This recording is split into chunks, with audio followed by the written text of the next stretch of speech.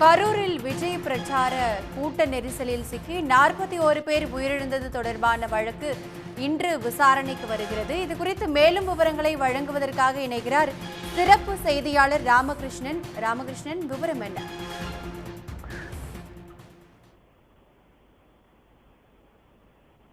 அதாவது கரூரில் தாவைக்கா கூட்டத்தில் நடைபெற்ற அந்த 41 பேர் உயிரிழப்பு தொடர்பான வழக்குகள் என்பது இன்றைக்கு உச்சநீதிமன்றத்தில் விசாரணைக்கு வர இருக்கின்றன. நீதிபதிகள் ஜே.கே. மகேஸ்வரி மற்றும் என்.வி. அஞ்சாரியா தலைமை அமர்வுல தான் இன்றைக்கு இந்த வழக்குகள் என்பது விசாரணைக்கு வர இருக்கிறது. இன்றைய தினம் வழக்குகளை பொறுத்தவரையில் 5 மனுக்கள் இன்றைய தினம் உச்சநீதிமன்றத்தில் விசாரணைக்கு வர இருக்கின்றன.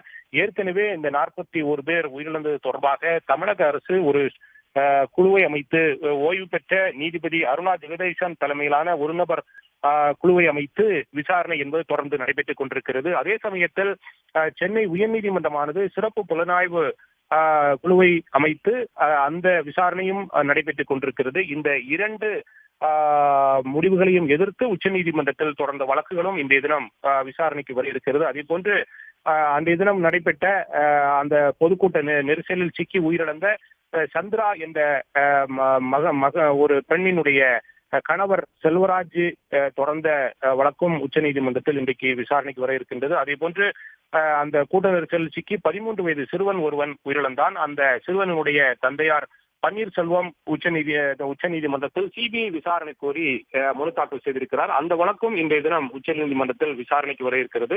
அதே போன்று தாவேக சார்பிலும் உச்சநீதிமன்றத்தில் மேல்முறையீட்டு மனு தாக்கல் செய்யப்பட்டிருக்கிறது. சென்னை உயர்நீதிமன்றமானது இந்த 41 பேர் பலியான சம்பவம் தொடர்பாக சிறப்பு புலனாய்வு குழுவை அமைத்து விசாரணைக்கு உத்தரவிட்டது.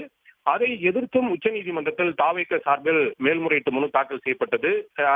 இந்த விவகாரத்தில் உச்சநீதிமன்றத்தினுடைய ஓய்வு பெற்ற நீதிபதி தலைமையில் ஒரு குழு அமைத்து விசாரணைக்கு உத்தரவிட வேண்டும் என்று தாவேக சார்பில் கோரிக்கை வைக்கப்பட்டது. இந்த அனைத்து மனுக்களுமே இன்றைய தினம் உச்சநீதிமன்றத்தில் நீதிபதிகள் ஜே.கே. மகேஸ்வரி மற்றும் என்.வி. அன்சாரியா அமர்வு விசாரணைக்கு வர இருக்கிறது. இந்த வழக்குகளை பொறுத்தவரையில் சுமார் 12:30 மணிக்கு விசாரணைக்கு நீதிபதிகள் எடுத்துக் கொள்வார்கள் என்று எதிர்பார்க்கப்படுகிறது. அப்போதுதான் இந்த 5 மனுக்களும் உச்சநீதிமன்ற நீதிபதிகள் ஏற்றுக்கொண்டு விசாரணையை தொடர்கிறார்களா அல்லது இந்த விசாரணை முதல் நாளான இன்று நோட்டீஸ் பிறப்பிப்பதற்கு அதிக வாய்ப்புகள் இருக்கிறது. ஏற்கனவே சென்னை உயர்நீதிமன்றமானது சிபிஐ விசாரணை கோரி தொடரப்பட்ட வழக்குகள் அனைத்துமே டிஸ்மிஸ் செய்யப்பட்டதை தொடர்ந்தான் உச்சநீதிமன்றத்தில் மேல்முறையீட்டு மனுக்கள் என்பது தாக்கல் செய்யப்பட்டிருக்கிறது.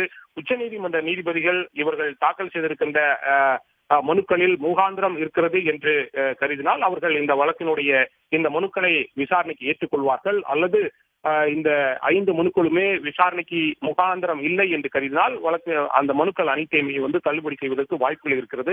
தமிழக அரசை பொறுத்தவரையில் ஏற்கனவே இந்த வழக்கில் கேவியட் மனுக்கள் எதுவும் தாக்கல் செய்யப்படாத பட்சத்தில் தமிழக அரசின் சார்பில் மூத்த வழக்கறிஞர்கள் நீதிமன்றத்தில் ஆஜராவார்கள். நீதிபதிகள் ஒருவேளை தமிழக அரசு வழக்கறிஞர்களிடம் ஏதாவது கேள்வி கேட்டால் அவர்கள் பதில் சொல்வதற்கு தயாராக இருக்கிறார்கள். நீதிபதிகளை பொறுத்தவரையில் இந்த வழக்கை ஏற்கனவே நாம் சொன்னது போல முகாந்திரம் இருக்கிறது என்று அவர்கள் கருதினால் இந்த வழக்கினுடைய விசாரணை இன்று சிறிது நேரம் விசாரிப்பார்கள். அதை தொடர்ந்து நோட்டீஸ் அனுப்புவதற்கும் வாய்ப்புகள் இருக்கிறது, தள்ளுபடி செய்வதற்கும் வாய்ப்புகள் இருக்கிறது. உடனுக்குடன் செய்திகளை தெரிந்து கொள்ள சன் நியூஸ் பெல் ஐகானை கிளிக் பண்ணுங்க.